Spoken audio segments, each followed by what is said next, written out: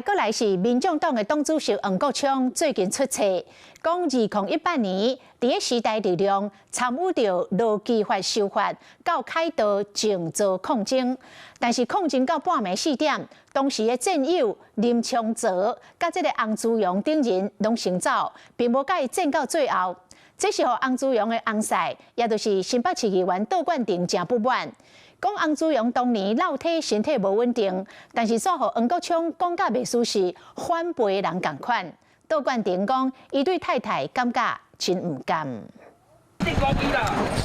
青紅滿地凱道開記者會，2018年1月為了勞基法修法的議題，當時的時代力量立委黃國昌甲黨團佇總統府前禁室靜坐抗議，共黨立委洪志陽嘛徛佇邊。即馬這段往事8年後，嘛被寫入黃國昌的新冊內底。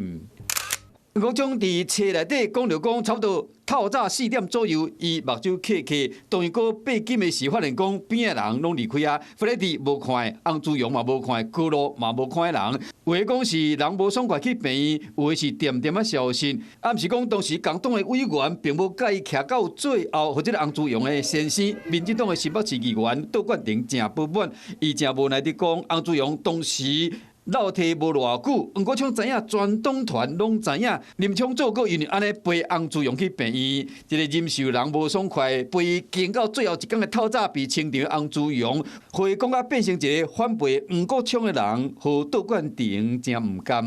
覺得做人還是要有個限度。實情是當年黃國昌根本沒有顧及其他人的想法，也沒有和其他人討論過，就自己擅自決定要發起這場抗爭。而當時其他的同袍也陪着他去了。時代力量嘛，罵黃國昌袂當為着家己的利益烏白改歷史，並且要求黃國昌要公開回釋的更正內容。是講正拄好當年下令趕走凱道抗議，就是當時的台北市長郭文天。還沒有時間仔細看，所以細節我不知道。當年是好像是到禮拜一早上7點的時候要總統府前面那個交通要恢復嘛，所以當時我好像是。